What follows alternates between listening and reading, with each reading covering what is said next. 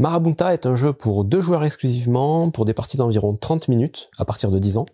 C'est un jeu dans lequel vous êtes à la tête d'une colonie de fourmis, et votre but va être d'essayer de vous étendre sur un nouveau territoire et de récupérer un maximum de ressources sur ce territoire.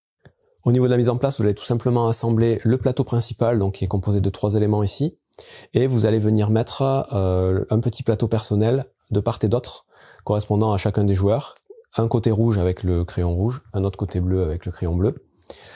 Il faut savoir que le plateau principal est recto verso, donc je vous montrerai à la fin l'autre côté, et idem pour les plateaux personnels, ils ont chacun un côté différent pour varier un petit peu les parties.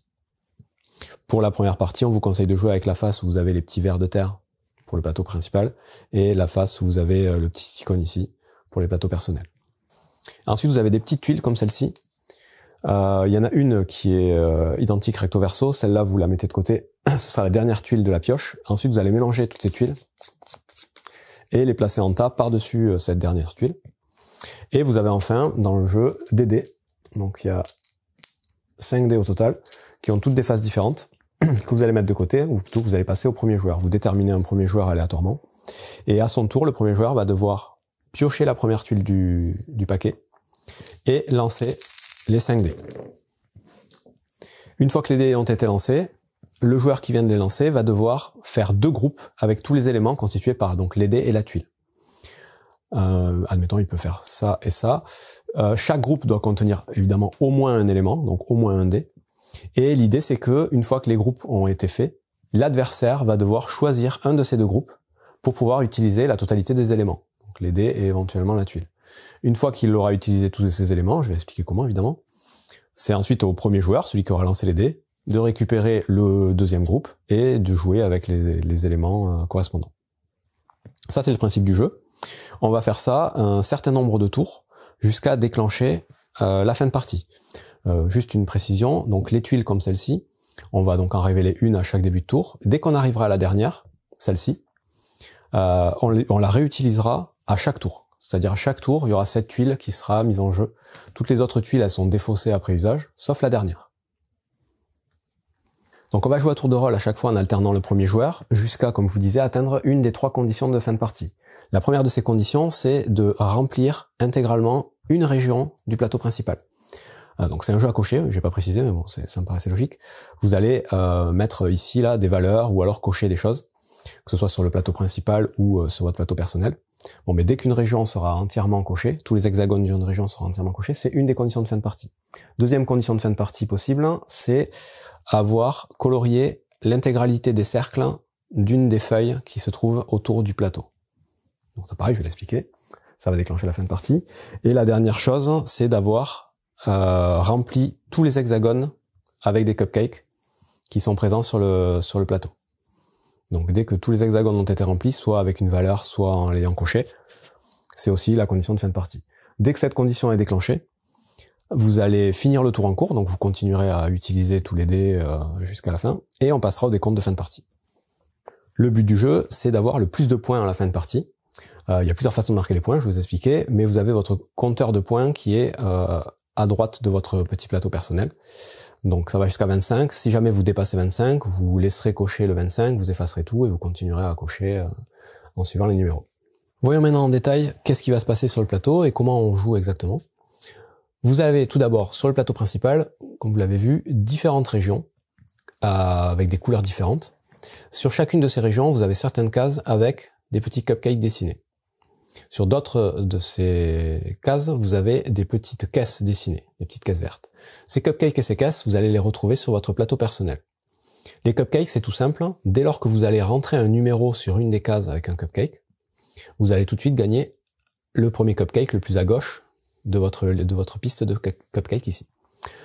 Dès lors que vous allez cocher un cupcake avec un numéro au-dessus, vous allez marquer un point de victoire tout de suite. C'est-à-dire que là, mes 3 premiers cupcakes que je vais gagner, bon, ils me feront rien. Dès le 4e, j'ai un point, hop, je coche le premier point ici. À partir du moment où j'aurai le 5e, je cocherai un point. Si à un moment donné j'arrive ici, boum, j'en cocherai 3 directement, et ainsi de suite. Donc ça, c'est directement une façon de gagner des points de victoire en venant remplir les cases avec des cupcakes. Les caisses, c'est le même principe. Dès lors que vous allez marquer un numéro sur un hexagone avec une caisse, vous allez pouvoir venir cocher tout de suite une caisse parmi toutes celles qui sont présentes sur votre plateau. Et là, l'idée, ça va être d'essayer de cocher toutes les caisses d'une même case pour pouvoir débloquer le bonus associé.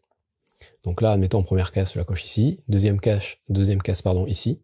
Bah, tout de suite, dès que j'ai coché la deuxième, je fais le petit effet qui est marqué sur la droite. Je vais les expliquer évidemment. La dernière chose à identifier sur le plateau principal, ce sont les feuilles qui sont tout autour et qui correspondent, comme vous pouvez le voir, chacune à une région du plateau. Ces feuilles-là, en fait, c'est le nombre de points de victoire que va avoir rapporté la domination dans la région correspondante. En fin de partie, le principe donc de ces régions, c'est d'être majoritaire donc en valeur. Vous allez voir que vous allez pouvoir écrire des numéros dans les hexagones, je vais l'expliquer juste après. Celui qui aura la somme la plus élevée en valeur dans une couleur marquera le nombre de points correspondant à sa couleur sur la feuille correspondante. Donc là, admettons, on en reste là. Celui qui sera majoritaire sur le vert, il gagnera 2 points, sur le bleu ou le rouge. Si dans la partie, j'arrive à remplir ces cases-là, je vous montrerai comment, mais en fin de partie, si j'ai la majorité ici, je marquerai 5 points. Si par contre c'est le bleu qui a la majorité, il marquera 2 points et moi rien du tout. Donc là, en fait, voilà, on va essayer d'augmenter la valeur de chaque région, mais après, il va falloir faire en sorte d'être majoritaire dessus pour que ça serve à quelque chose. Venons maintenant au cœur du jeu, à savoir comment on fait pour cocher toutes ces choses sur le plateau. Donc ça va jouer, comme vous avez compris, avec les dés et éventuellement la tuile qu'on va se partager à chaque tour.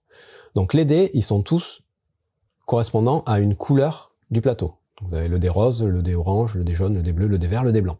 Donc c'est chacune des 6 couleurs. Quand vous avez lancé les dés, vous allez avoir différents types de faces.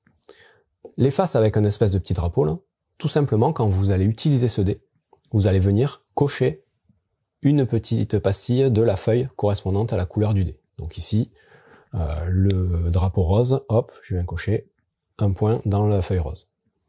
Donc vous avez la même chose sur tous les autres dés, évidemment, pour venir cocher ici. Autre chose que vous allez trouver sur les dés, ce sont des valeurs. Donc numérotées de 1 à 3. Ces valeurs-là, la première fois que vous allez vouloir en utiliser une, il va vous falloir obligatoirement cocher une petite fourmilière. Donc ces deux petites icônes là, que j'ai pas encore expliqué sur votre plateau personnel, ce sont des fourmilières, c'est les endroits qui vont vous permettre de sortir sur le plateau territoire. Donc la première fois que vous allez vouloir utiliser une valeur, il va falloir cocher une de ces fourmilières pour venir inscrire la valeur dans le territoire correspondant à la couleur. Donc admettons si je veux utiliser le 3 vert, je vais pouvoir, en cochant ma fourmilière, mettre la valeur 3 sur un hexagone vert, où je veux. À partir de là, à chaque fois que je voudrais utiliser un nouveau numéro, il faudra qu'il soit adjacent à un numéro déjà écrit. Donc admettons ici, si je veux utiliser le 2 orange, je peux venir le mettre ici, donc zone orange, parce qu'il est adjacent à un autre de mes numéros, donc numéro à sa couleur bien évidemment. Ou alors, je pourrais venir écrire n'importe où ce numéro en utilisant ma deuxième fourmilière. Donc admettons là, le 2 orange, si j'avais pas envie de l'écrire là, j'aurais pu cocher ma deuxième fourmilière et venir le mettre directement ici. Et comme ça, j'aurais pu gagner un cupcake, que je viendrai cocher ici. Donc c'est de cette façon qu'on utilise les valeurs des dés. Donc des fourmilières, faites attention, vous en avez que 2 pour toute la partie, mais vous allez voir qu'après, vous avez des bonus qui vous permettent d'en avoir d'autres. L'autre élément qu'on peut trouver sur les dés, ce sont des petites caisses. Donc là, comme j'ai expliqué tout à l'heure, les petites caisses, c'est la même façon que quand on va venir écrire un numéro sur le plateau où il y a une caisse, on va venir cocher une caisse où on veut sur notre petit plateau. Et comme j'ai expliqué, si on arrive à cocher toutes les caisses d'une même case, on déclenche le bonus. Donc ça, c'est un autre élément du dé. Enfin, le dernier élément possible qu'on va trouver sur le dé, la dernière valeur, c'est le 0, qui lui est neutre. Vous voyez, il n'a pas de couleur. Quel que soit le dé, vous voyez, ça c'est le dé bleu, bon, mais le 0, il est blanc aussi. Ce dé-là, il va vous permettre d'inscrire un 0, toujours en respectant les règles d'adjacence, donc adjacent à un numéro à votre couleur, mais par contre sur n'importe quelle couleur. Donc là, ce 0 blanc, ça pourrait être du jaune, du vert ou du orange. Voyons maintenant les différentes tuiles qu'on peut utiliser. Donc celle-ci, par exemple, c'est tout simple. Quand on l'utilise, on va pouvoir cocher 2 caisses sur son plateau. Et comme je vous ai dit, elle est défaussée à la fin du tour où elle est utilisée. Celle-ci, elle va vous permettre d'écrire un 0 en tant que fourmilière, donc où vous voulez sur le plateau. Ça vous permet de sortir à un autre endroit, mais avec un 0. Celle-ci, elle va vous permettre d'écrire un 1 n'importe où sur le plateau, mais cette fois-ci, par contre, en respectant les règles d'adjacence, donc adjacent à un numéro déjà écrit, peu importe la couleur. Celle-ci, elle va vous permettre d'écrire 2 0 côte à côte, mais toujours pareil en respectant les règles d'adjacence, donc il faudra que ce soit 2 0 qui soient que le premier en tout cas soit adjacent à un de nos numéros. Ça va vous permettre voilà, de faire un petit cheminement.